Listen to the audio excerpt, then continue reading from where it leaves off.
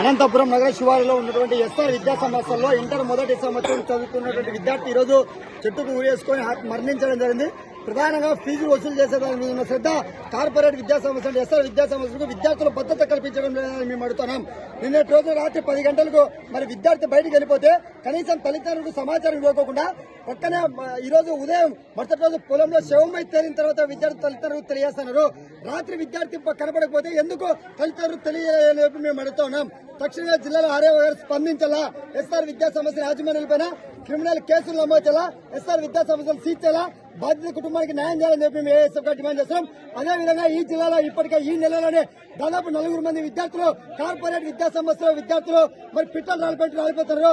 దీనికి ప్రధానమైనటువంటి కారణం ఫీజుల వేధింపు కారణం చదువు ఒత్తిడి. ఇదే ఎస్ఆర్ విద్యా సంస్థలో రాత్రి 12 గంటల వరకు ఉదయం 3 గంటలకు విద్యార్థులు లేపి రాత్రి 12 గంటలకు విద్యార్థుల విద్యను అభ్యసిస్తున్నారు. విద్యార్థులాగా కాకుండా ఒక యంత్రాలాగా తయారు చేసేటువంటి పద్ధతుల్లో విద్యా సంస్థ రాజమండ్రి వ్యవహరిస్తారు. ఇప్పటికైనా కూడా రాష్ట్ర ప్రభుత్వం జిల్లా విద్యాశాఖ అధికారులు స్పందించాలా. అదేవిధంగా ఈ జిల్లాలో ఉన్నటువంటి ఆరోగ్య శాఖ మంత్రి మరి సత్యకుమార్ గారు కూడా తన నియోజకవర్గంలోనే ఇది 2వ విద్యార్థి మరణించడం జరిగింది.